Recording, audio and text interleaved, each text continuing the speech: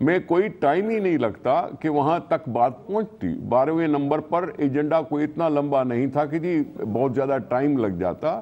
Assembly 4 گھنٹے بیٹھتی ہے, 8 گھنٹے بیٹھتی ہے. یہ 8 گھنٹے بیٹھنے والی اسمبلی کے لیے اپوزیشن کا احتجاج بے معنی تھا. یہ بے معنی کھڑو صاحب سوال میں سوال کا جواب دے رہا ہوں. سوال پھر یہ ہے کہ اگر یہ 140 میں سوال کا ہی جواب دے رہا ہوں. میرے سوال کو ساتھ میں شامل سوال کا ہی جواب دے رہا ہوں کہ اسمبلی کے قاعدے قوانین کے مطابق جو چیز آرڈر آف دا ڈے میں آنی چاہیے وہ اسی آرڈر آف دا ڈے میں رکھی گئی تھی, اور کوئی دوسرا بزنس ریزولوشن کا جو بھی نمبر ہوتا ہے وہ لیجسلیشن کے بعد ہوتا ہے. لیجسلیشن کی صرف آج انٹروڈکشن تھی جس میں زیادہ سے زیادہ 10 منٹ لگتے. 10 منٹ کے بعد ان کا ٹائم آ جاتا. میں اس لیے کہہ رہا ہوں کہ یہ اسمبلی کی تو عادت ہے کبھی بھی 8 گھنٹے بھی بیٹھی ہے, اور اس لحاظ سے اپوزیشن کو یہ احتجاج کرنے کی کوئی ضرورت نہیں تھی. انہوں نے احتجاج کر کے دراصل احتجاج کر کے انہوں نے یہ خود سے ریزولوشن نہیں لانا چاہا. شاید اس لیے یہی سوال ہے. آپ خود اسی اسمبلی کے اسپیکر رہے ہیں. آپ خود اسی اسمبلی کے اسپیکر رہے ہیں. آج بھی آپ نے سندھ اسمبلی میں کھڑے ہو کر اسپیکر کو کہا کہ اپنے اختیارات کا استعمال کریں. کیا آغا سراج صاحب ایک ریسیس نہیں لے سکتے تھے؟ وقتی طور پر اجلاس ملتوی نہیں کیا جا سکتا تھا؟ میں نے کہا تھا اختیار استعمال کرو اپنا آرڈر مینٹین کرنے کے لیے. آرڈر یعنی ڈس آرڈر تھا, اور ڈس آرڈر کے لحاظ سے یعنی ممبران کو وہاں اپنی سیٹوں میں بٹھانے کا میں نے کہا تھا کہ آپ اپنا اختیار استعمال کرو. میں نے یہ کہا تھا. لیجسلیشن کے بعد ریزولوشن کا ٹائم آتا ہے اور اس کو وہاں انتظار کرنا چاہیے تھا ان لوگوں کو. انہوں نے یہ ہنگامہ کر کے کوئی مقصد حاصل نہیں کیا, الٹا نیگیٹو انہوں نے کام کیا کہ جو آنی چاہیے تھی چیز وہ انہوں نے مؤخر کرا دی. شاید اس لیے کہ وفاقی حکومت کے وزراء خود چاہتے تھے کہ یہ ریزولوشن جو ہے وہ اسمبلی میں نہ آئے, اور کیونکہ وفاقی حکومت کے چودھری صاحب کیا اجلاس ملتوی کرنا واحد راستہ تھا؟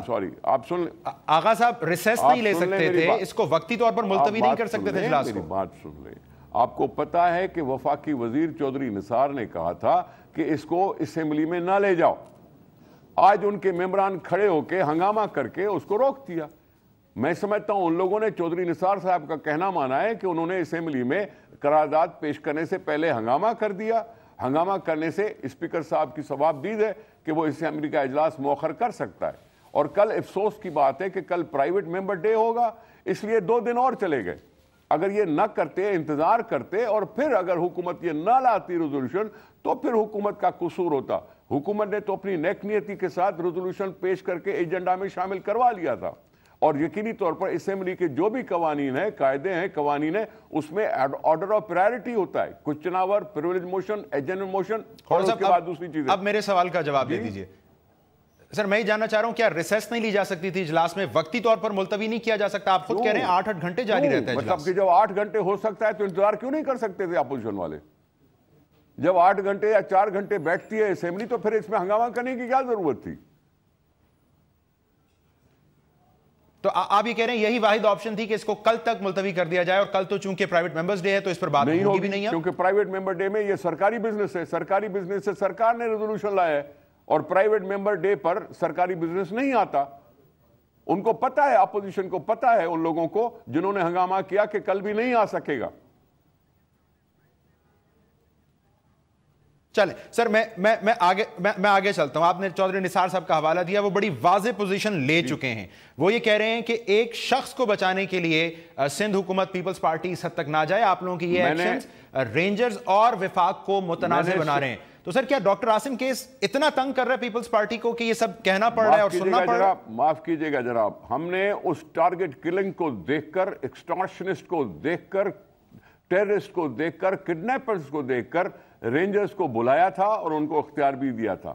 ہم نے ایک صوبے کی بات کی تھی, ہم نے صوبے کے امن امان کے لحاظ سے سب کچھ کیا تھا, اور کسی ایک شخص کے لیے نہیں, پورے صوبے کے لیے کیا ہے.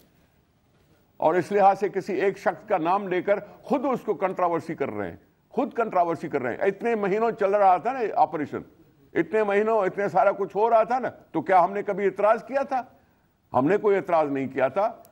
کہیں بھی جہاں بھی ان کو ٹارگٹ کلرز ملے انہوں نے ان کا صفایا کیا. ہم خوش تھے کہ چلو جی ہو رہا ہے, امن امان بحال ہو رہا ہے. ہم نے کبھی روکنے کی کوشش نہیں کی. ہم نے پورے سندھ کے بارے میں بلایا. لیکن ٹیرر فائنینسنگ بذات خود بہت سنجیدہ الزام ہے کھوڑا صاحب. تحفظ پاکستان آرڈیننس کے تحت ٹیرر فائنینسنگ کے خلاف کارروائی نہ کی جائے. کس نے کہا کہ نہیں کی جائے؟ کس نے کہا کہ نہیں کی جائے؟ پھر یقینی طور پر اگر آپ اعتراض کا بات سنیں، ٹیرر فائنینسنگ اس میں لکھا ہوا ہے قانون میں، ٹھیک ہے، اور 4 اور چیزیں بھی کہی گئی ہیں قانون میں، ٹھیک ہے. اس پہ کام تو کر رہے تھے نا، اسی لیے تو ہم نے ان کو بلایا تھا. اور اس کے بعد کسی بندے کو یا کسی اور صرف ایک ڈاکٹر عاصم تو نہیں، اس سے پہلے بھی قمر منصور صاحب کو بھی انہوں نے لے لیا تھا. 2-2.5 مہینے کے بعد انہوں نے کہا کہ جی انسانی ہمدردی کی بنیاد پہ ہم اس کو چھوڑ رہے ہیں. صرف عاصم صاحب کی بات تو نہیں ہے، میں تو دوسری باتیں بھی کر رہا ہوں. مجھے نہیں معلوم اور کتنوں کو انہوں نے ایسے لیا. چلیں سر، آپ بہتر جانتے ہیں ان پر ٹیرر فائنینسنگ کا الزام نہیں تھا. جس کر بھی تھا، لیکن تھا تو صحیح، لیا تو تھا انہوں نے. چل سر، یہ شکوہ جو بنیادی ہے قائم علی شاہ صاحب کا، یا جو تجویز ہے کہ رینجرز کارروائی سے پہلے چیف ایگزیکٹو کو اعتماد میں لیں، سر یہ شکوہ پیدا کب ہوا بنیادی طور پر؟ یہ نوبت کیوں آئی کہ انہیں یہ کہنا پڑے اور رینجرز کیوں اعتماد میں نہیں لیتے قائم علی شاہ صاحب؟ میں نے یہ قانون نہیں بنایا، سندھ اسمبلی نے یہ قانون نہیں بنایا. یہ اینٹی ٹیررسٹ ایکٹ جو بنا ہے اس میں لکھا ہوا ہے کہیں کہ اگر آپ کسی کو 3 مہینے کے لیے ڈیٹین کر رہے ہیں تو اس کی ریزنز بتائیں گے اور پرمیشن لیں گے. یہ قانون میں لکھا ہوا ہے، میں نے نہیں بنایا یہ قانون. جس نے بھی بنایا ہے اس نے لکھا ہے اور سب نے مانا ہے. اگر کسی نے اس چیز کی طرف توجہ دلائی ہے تو اس میں ہم نے کیونکہ لکھا ہوا ہے تو توجہ دلائی ہے، ویسے تو نہیں دلا رہے. تو کھوڑا صاحب دیکھیں نا، پھر سوال یہ بھی ہے کہ جب سندھ اپیکس کمیٹی میں یہ معاملہ اٹھایا گیا کہ fisheries, Sindh building control authority اور اینٹی کرپشن محکمہ جو سندھ کا ہے، اس کے بعض افسران مبینہ طور پر اسی ٹیرر فائنینسنگ میں ملوث ہیں، تو کیوں قائم علی شاہ نے ایکشن نہیں لیا؟ اور ہم نے دیکھا بعض لوگ تو فرار ہو گئے تھے. میں گزارش کروں، ای سی ایل میں نام ڈالنا کس کے کام ہے؟ وفاقی حکومت کے. اور یہ وفاقی ادارہ یہاں آیا ہے تو کیا وفاق کو یہ نہیں کہہ سکتا تھا کہ ان کی ہماری واچ لسٹ ہے، ان کو ای سی ایل میں ڈال دو؟ یہ انہوں نے کرنا چاہیے تھا. اگر کسی کے اوپر اتنا شک تھا تو ان کو روک سکتے تھے راستہ. سر لیکن پھر سوال تو یہ ہے کہ صوبائی حکومت انیشیٹ کیوں نہیں کر رہی ہے؟ اعتراض ہی یہ بد اعتمادی کی وجہ یہی ہے. ہم تو کہہ رہے ہیں نا کہ ہم نے کیونکہ اجلاس بلایا ہوا ہے اور اس میں کانسٹیٹیوشن ریکوائرمنٹ ہے کہ جی ہاں اسمبلی اس کی توثیق کر دے. ہم نے اگر وہ کر کے اور اس کا انتظار کیا کہ وہ ہو جائے، اس کے بعد ہم ان اختیارات کے بارے میں بھی ایکسٹینشن کر کے یا جو کچھ بھی کر کے اس کی ایگزیکٹو آرڈر میں وہ کر سکتے تھے. سر مجھے یہ بتائیں، آج ہی اپوزیشن نے اس معاملے پر کہا کہ یہی وزیر اعلیٰ ہیں قائم علی شاہ صاحب جو آج بڑی خاموشی سے بیٹھے ہوئے تھے اجلاس میں.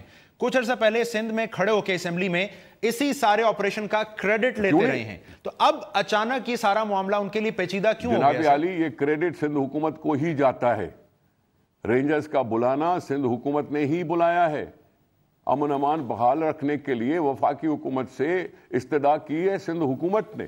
سندھ حکومت نے ان کو بلا کے یہاں ان کو معاملات ٹھیک کرنے کے لیے مدد مانگی کہ آپ آؤ اور پولیس کی مدد کرو کہ وہ بہتر امن امان کر سکے. تو حکومت تو کر رہی ہے، حکومت نے تو کیا ہے.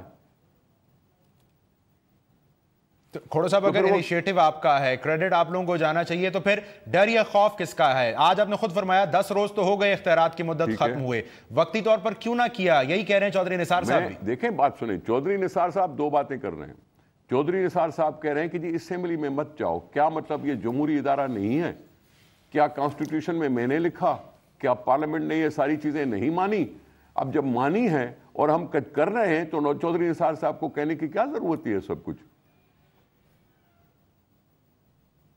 تو سر آج آپ نے شاید اسی کے رد عمل میں کہا کہ اگر کسی نے گورنر راج لگانا ہے سندھ میں تو لگا لے. وہاں چودھری نثار صاحب کہہ رہے تھے کہ جی ہم اگر 3 سے 4 آپشنز ہیں، اگر سندھ کی حکومت فیصلہ نہیں کرتی ہے تو وہ فیصلہ کر سکتے ہیں تحفظ پاکستان آرڈیننس کے تحت. تو پھر کیا آپشن بچے گی پیپلز پارٹی کے پاس؟ چودھری نثار صاحب نے دھمکی دی، ہم نے اس کا جواب دے دیا کہ جی دھمکی کے لحاظ سے تو تم دوسروں کو دھمکی دو، ہمیں دھمکی نہیں دو، کیونکہ ہماری سویرین حکومت ہے سندھ میں. اور تم 1998 میں جو گورنر رول لگائے تھے سندھ میں، اس کا نتیجہ آپ نے دیکھا تھا کہ سارے ملک میں تمہاری حکومت نہیں رہی تھی. ہم نے اسی زاویے میں کہا کہ بھائی تم نے گورنر رول لگانا ہے جہاں پوری طرح سے میجورٹی میں اسمبلی چل رہی ہے، امن امان کی صورتحال بہتر ہے، ہم سب کچھ ٹھیک چلا رہے ہیں، تو اس میں تم گورنر رول لگانے کی دھمکی دے رہے ہو. ہم نے تو اس وجہ سے کہا.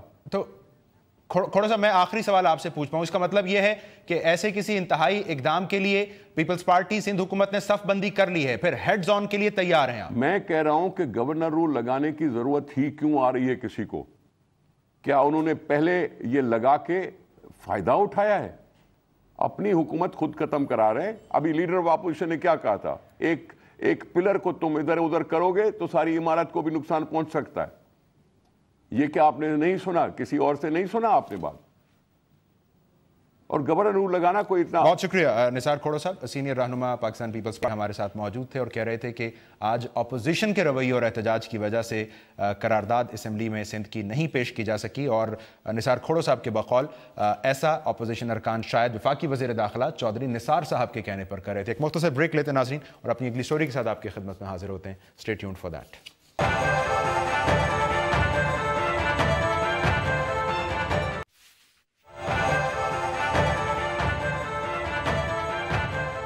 ویلکم بیک ناظرین، چند روز قبل پاکستان میں ہارٹ آف ایشیا کانفرنس میں شرکت کرنے والی پاکستانی وزیر اعظم محمد نواز شریف اور مشیر خارجہ سرتاج عزیز صاحب سے ملاقات کرنے والی بھارتی وزیر خارجہ سشما سوراج صاحبہ نے آج اپنے upper house of the parliament یعنی راجیہ سبھا میں پالیسی بیان دیا، اراکین کو اعتماد میں لیا۔ دورہ پاکستان کے حوالے سے انہوں نے بتایا کہ Pakistan Bharat comprehensive by lateral dialogue یعنی مذاکرات بحال ہونا امن کی جانب ایک اہم قدم ہے۔ اسی دوران انہوں نے بتایا کہ پاکستان سے ممبئی حملوں کے حوالے سے بات چیت ہوئی ہے اور پاکستان سے یہ کہا گیا ہے کہ اس کیس کے ٹرائل کو تیز کیا جائے۔ ساتھ ہی انہوں نے کہا کہ پاکستان سے کمپریہنسو ڈائیلاگ کے زمرے میں پیس سیکیورٹی یعنی امن سلامتی کے ساتھ ساتھ کشمیر سمیت تمام مدوں پر بات ہوگی، لیکن اسی سانس میں انہوں نے یہ بھی کہا کہ دہشت گردی سے سب سے زیادہ متاثر کشمیر ہی ہوا ہے، اور اس کے بعد انہوں نے یہ بھی کہا کہ کشمیر کے معاملے پر بھارت کے علاوہ کوئی تیسرا فریق نہیں ہے۔ تو بنیادی طور پر ہم کیا سمجھیں، کیا بھارت اب پاکستان کے ساتھ تعلقات میں ہونے والی تمام تر پیش رفت کو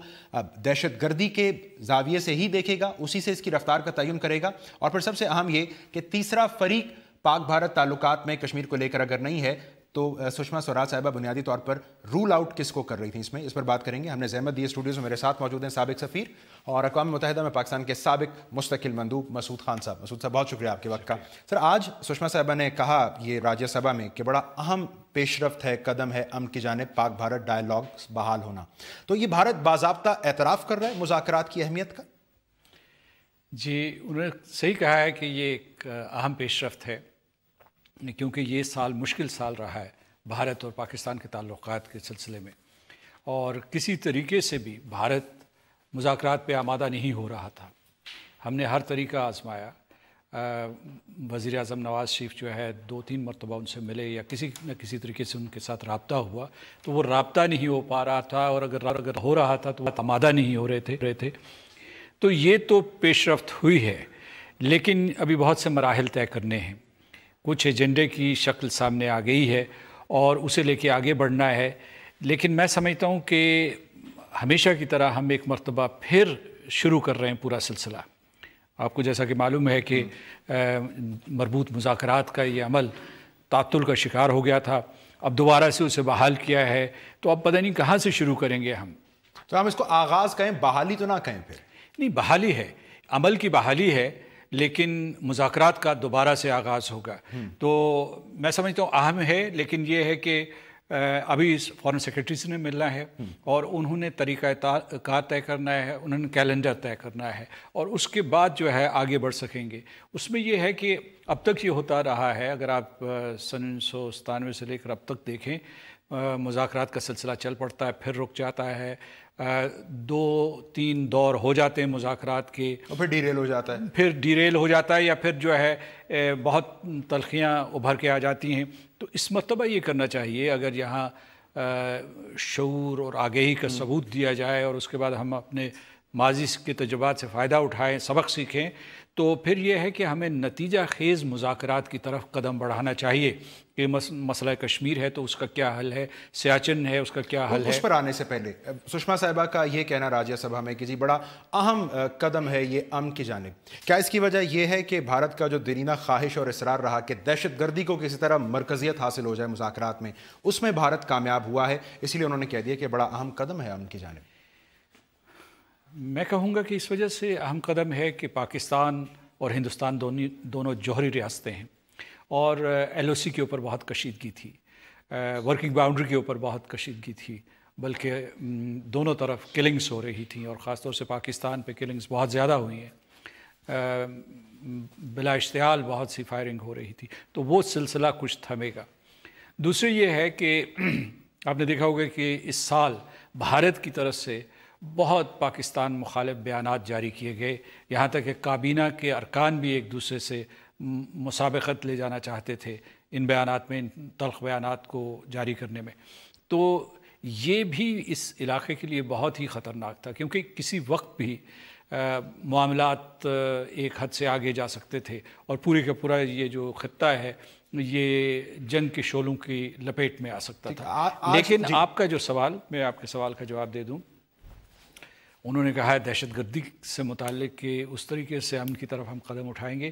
پاکستان نہ صرف دہشت گردی کا سب سے بڑا شکار رہا ہے، بلکہ اگر اب ہندوستان اور پاکستان کے درمیان دہشت گردی کے سلسلے میں مذاکرات ہوں گے تو اس میں صرف ہندوستان کی شکایات نہیں ہوں گی، ہماری شکایات وہ تو کہتے ہیں کشمیر سب سے متاثر رہا ہے۔ جی نہیں، اگر آپ دیکھیں کشمیر جو ہے وہ دہشت گردی سے، ریاستی دہشت گردی سے متاثر رہا ہے، اس میں کوئی شک نہیں، شاید انہوں نے خود اس بات کا اقرار کیا ہو، اور وہاں حقوق انسانی پامال ہوئے ہیں۔ اور جو حال میں اگر آپ ماضی قریب کی طرف دیکھیں، نگاہ دوڑائیں، تو وہاں ان کے پاس، کشمیریوں کے پاس کیا ہتھیار ہیں؟ ان کے پاس ایس ایم ایس ہے، نیو میڈیا ہے، اور اس کے علاوہ وہ ایک دوسرے کے ساتھ بات چیت کرنے کی کوشش کر رہے ہیں۔ بہت زیادہ کوئی انہوں نے کوٹ ان کوٹ دہشت گردی کا اقدام کیا تو وہ ایک جلوس نکال لیں گے اپنی بڑھاس نکالنے کے لیے۔ لیکن گزشتہ کئی برسوں سے فاٹا، کراچی، بلوچستان اور پاکستان کے دوسرے شہروں میں دہشت گردی ہوتی رہی ہے، اور اسی سال ہمارے سربراہان مملکت نے اور ہمارے ریاستی اداروں کے سربراہان نے یہ تعین کیا تھا کہ ان کے پیچھے ہندوستان کی خفیہ ایجنسی رو کا ہاتھ ہے۔ تو اگر یہ ہے تو دہشت گردی اس کے اوپر ہندوستان کا یعنی ایجنڈے کے اعتبار سے اجارہ نہیں ہے۔ ٹھیک ہے، ہمارا بھی اس میں فائدہ پنہا ہے، فائدہ نہیں بلکہ یہ ہم چاہتے ہیں کہ وہ یہ سلسلہ روک دیں۔ میں ایک مختصر بریک لے لوں مسعود صاحب، ناظرین پھر آگے بات کرتے ہیں کہ خصوصاً سشما صاحبہ بھی آج ممبئی حملوں کے ٹرائل کو تیز کرنے، ایکسپیڈائٹ کرنے کا حوالہ دے رہی تھیں، تو پاک بھارت تعلقات کی سمت اور رفتار کے تعین میں یہ کتنا اہم نقطہ ہے؟ بات کرتے ہیں اس بریک کے بعد۔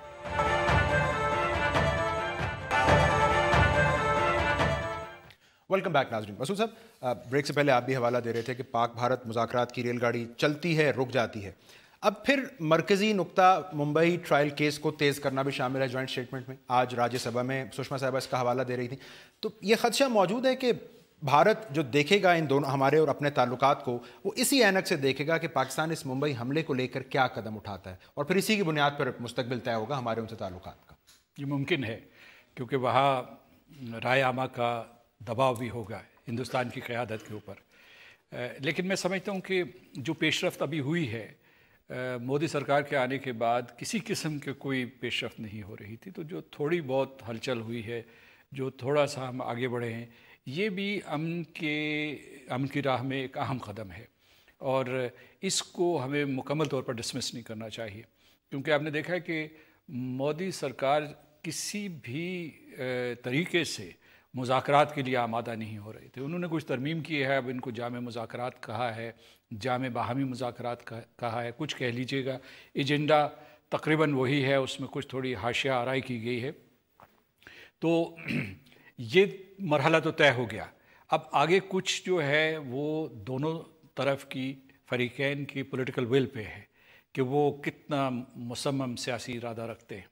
اس ضمن میں یہ کہنا کہ جی اب دہشت گردی سے متعلقہ امور NSAs مشیران قومی سلامتی کا مینڈیٹ ہوگا، یہ سفارتی لحاظ سے کیسا ہے؟ یہ تو خارجہ سیکرٹریز کو محدود نہیں کر دے گا ان کے کردار کو؟ دیکھیے، یہ جزیات کے معاملات ہیں، اچھا، اس میں زیادہ ہمیں معنی نہیں پڑھنے چاہیے، لیکن یہ ہے کہ اس کی بعض چیزیں بہت اہم ہیں کہ مذاکرات بحال ہو گئے ہیں، اس کے بعد وہ ایجنڈا کس طریقے سے تقسیم کرتے ہیں۔ مثلا NSAs جو ہے، میں سمجھتا ہوں کہ NSAs وہاں جو نیشنل سیکیورٹی ایڈوائزر ہیں وہ اجے ڈووال، وہ رو کے سابق چیف ہیں، لہٰذا ان کا انٹیلیجنس کا تجربہ ہے۔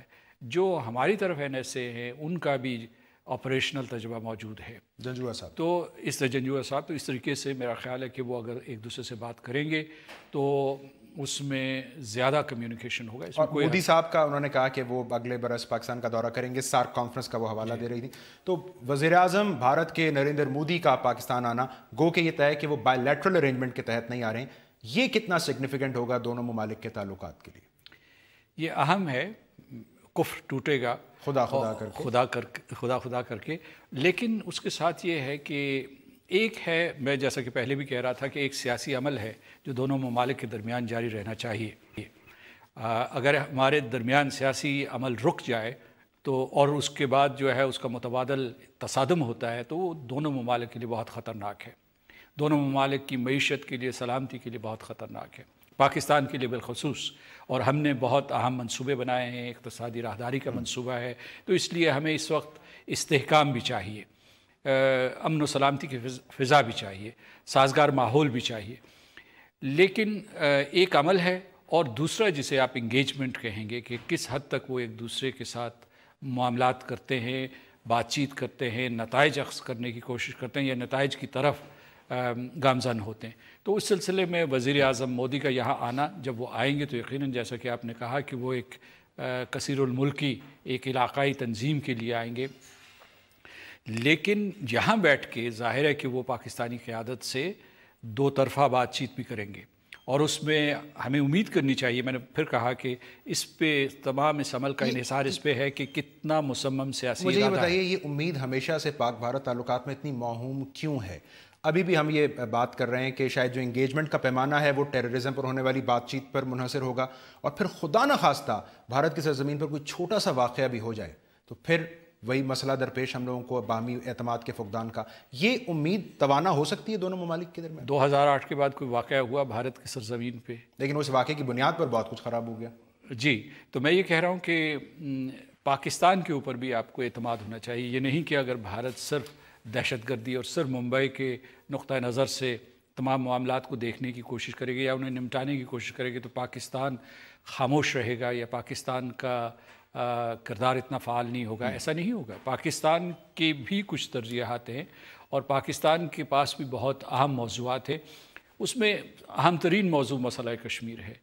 مسئلہ کشمیر نہیں حل ہوتا تو یہ خطہ ہمیشہ ایک کشمکش کا شکار رہتا ہے. اب اس پر سن لیجئے، آج انہوں نے جو کشمیر کا حوالہ دیا، نمبر 1 انہوں نے کہا جی کہ کشمیر دہشت گردی سے سب سے زیادہ متاثر ہے. ساتھ ہی انہوں نے یہ کہہ دیا کہ کشمیر کے مسئلے پر پاک بھارت کے درمیان کوئی تیسرا فریق نہیں ہے. وہ رول آؤٹ کسے کر رہی ہیں؟ امریکہ کو، اقوام متحدہ کو، حریت کو، یا سب کو؟ کشمیر میں دہشت گردی جو ہوئی بری ہوئی، ریاستی دہشت گردی وہاں بہت ہوئی ہے، ریاستی بربریت ہوئی ہے وہاں. کشمیر ہمیشہ سے قید خانہ رہا ہے، لیکن اصل مسئلہ وہاں حق خود ارادیت کا ہے. اہل جموں و کسی اور دہشت گردی کا حوالہ دے رہی. جی، اہل جموں و کشمیر کے مستقبل کا ہے. آپ جب فیصلے کریں گے، مطلب جب ہندوستان اور پاکستان کے رہنما ایک دوسرے کے سامنے بیٹھے ہوتے ہیں اور وہ باتیں کرتے ہیں کشمیر کے جغرافیائی خطے کی یا اس کے لوگوں کی، بنیادی طور پر ان کے لوگوں کی خواہشات کی، ان کی سیاسی خواہشات کی، تو وہ ظاہر ہے کہ وہ فریق ہے، اور وہ فریق ہے اقوام متحدہ کی قراردادوں کے ذریعے، سملہ معاہدے کے ذریعے، یا ہندوستان اور پاکستان کے درمیان جب بھی کوئی بات چیت ہوئی ہے. کشمیر پر پیش کی شرط رکھ دی نا انہوں نے تیسرے فریق کی بات کر کے ایک مرتبہ، پھر تو اس کا مطلب ہم واپس اوفا میں چلے گئے. اوفا معاہدے کی میں نہیں سمجھتا. جو پہلے تو وہ یہ کہتے تھے نا کہ اب جب بات ہوگی تو پہلے صرف دہشت گردی کے اوپر بات ہوگی، اور وہ کہتے تھے کہ کشمیر کے اوپر ضمناً بات ہوگی. اب یہ واضح ہوا ہے کہ کشمیر ایک مرکزی نقطہ ہے اور اس کے اوپر ضمناً بات نہیں ہوگی. لیکن جو آپ کا نقطہ ہے وہ بہت اہم ہے. وہ یہ ہے کہ کیا آپ یہ چھوڑ لیجئے کہ ہندوستان سیاسی مقاصد کے لیے کیا پوزیشن لے رہا ہے، لیکن اصل جو قانونی اعتبار سے تاریخی شواہد کی روشنی میں اہل جموں و کشمیر اس پورے مسئلے کے اہم ترین فریق ہے، مرکزی کلیدی فریق ہے. پوچھنا ہی ان سے ہے کہ آپ کیا چاہتے ہیں. تو کشمیر کے اوپر کیا بات چیت ہوگی اگر آپ نے ان سے یہ نہیں پوچھنا کہ آپ کیا چاہتے ہیں. یا اگر پاکستان گاہے بگاہے وقتاً فوقتاً کشمیریوں سے مشاورت کرتا ہے یا انہیں اعتماد میں لیتا ہے، وہ انہیں میں سمجھتا ہوں کہ براہ راست نہیں بالواسطہ طور پر فریق بناتا ہے. جیسے سرتاج عزیز صاحب نے دلی جانا تھا اور انہوں نے حریت رہنماؤں سے ملاقات، نتیجہ نکلا کہ مذاکرات ہی نہیں ہوئے، بینکاک میں کرنے پڑے جا کے. تو اس وقت جو ہے جو یہ مرحلہ ہے، میں نہیں کہہ سکتا کہ کل کیا ہوگا یا جب سارک سربراہی کانفرنس ہوگی اس وقت کیا ہوگی. اس وقت ہمیں تھوڑا سا پر امید رہنا چاہیے، ہمیں پر امید رہنا چاہیے، پر اعتماد رہنا چاہیے، کیونکہ یہ نہیں ہے کہ پاکستانیوں کو کوئی پسپائی ہوئی ہے. میں سمجھتا ہوں کہ پاکستانیوں کی اخلاقی برتری ثابت ہوئی ہے کہ ہم 2 سال سے مسلسل 2 سال سے ہندوستان کو کہہ رہے تھے کہ آپ مذاکرات کی میز پہ آئیں، اس قسم کے جارحانہ بیانات نہ دیں، اس قسم کی جارحیت کا مظاہرہ نہ کریں. تو پاکستان کی اخلاقی فتح ہوئی ہے. اچھا. اور لیکن اس کے ضرور سے زیادہ شادیانے نہیں بجانا چاہیے، کیونکہ ہمیشہ سے ہندوستان اور پاکستان کے مذاکرات ایک سراب کی شکل. تو جانے اس کا یہ تو بڑی خوشائن چیز ہے کہ دونوں جانب یہ ون ون والی کیفیت پریویل کر رہی ہے. ان کو لگتا ہے وہ دہشت گردی پہ ہمیں لے آئے، ہمیں لگتا ہے ہم کمپریہنسو مذاکرات پہ لے آئے. تو یہ ایک خوشائن بات ہے کہ دونوں جانب ہے یہ کیفیت. نہیں، اس کا جامع کا مطلب ہی یہ ہے کہ ہر چیز شامل ہے اس میں.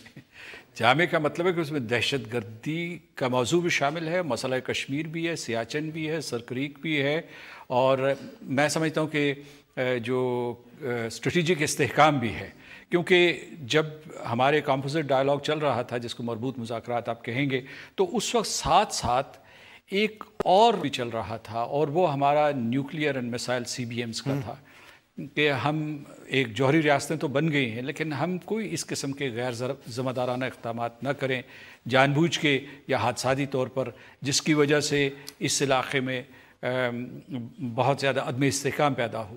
تو اس لیے میں سمجھتا ہوں کہ اس کی وجہ سے جو ایک فضا بن رہی ہے، ایک سازگار ماحول پیدا ہو رہا ہے، اس سلسلے میں ہمیں پر امید رہنا چاہیے، اور ہمیں پوری کوشش کرنی چاہیے. پاکستانیوں کی کوششیں برابر ہو رہی ہیں. کوشش میں خصوصاً جو اتنے وقت کے بعد برابر ہو، دیکھا جاتا ہے کہ لو ہینگنگ فروٹس کیا ہیں. ماضی میں ہم لوگ دیکھا کہ شاید سیاچن سرکریک کو شمار کیا گیا کہ لو ہینگنگ فروٹس ہیں، پھر شاید بھارتی عسکری قیادت کے موقف کی وجہ سے وہ بھی نہیں رہا. سو کیا ہے اب لو ہینگنگ فروٹ کیا ہے اس سب میں؟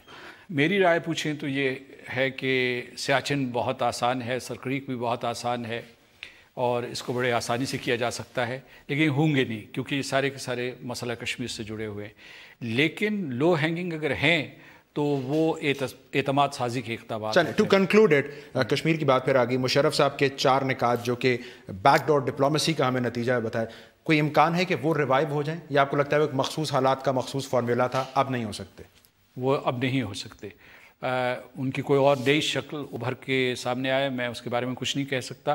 لیکن ایک تو یہ کہ جو اس وقت حکمران جماعتیں ان کے ساتھ سیاسی اختلافات بھی موجود ہیں، اور لہٰذا وہ ایجنڈا ٹیبل پہ دوبارہ نہیں لائیں گے. لیکن اس کے علاوہ اگر کوئی نیا انیشیٹو لیا جا سکتا ہے، یا وہاں سے جہاں انہوں نے اس عمل کو چھوڑا تھا اسے آگے بڑھائیں گے، اس کے بارے میں کچھ نہیں کہہ سکتا، کیونکہ یہ تمام امور فارن سیکرٹریز اور وزرائے خارجہ وہ جب ملیں گے تو انہیں یہ طے کرنا ہوگا. بہت شکریہ. مسعود خان صاحب ہمارے ساتھ موجود تھے، بات کر رہے تھے سشما سوراج صاحبہ کے آج راجیہ سبھا میں دی گئے پالیسی بیان کے حوالے سے. ناظرین ایک مختصر بریک لیں گے. پاک بھارت تعلقات میں ایک بہت اہم نقطہ، دونوں ممالک کے کرکٹنگ تعلقات بھی ہیں، اس حوالے سے آج کیا بیانات جاری کیے گئے PCB چیئرمین کی جانب سے، اس مبینہ سیریز کے امکانات کتنے ہیں، کچھ اس بارے میں بات کرتے ہیں اس بریک کے بعد.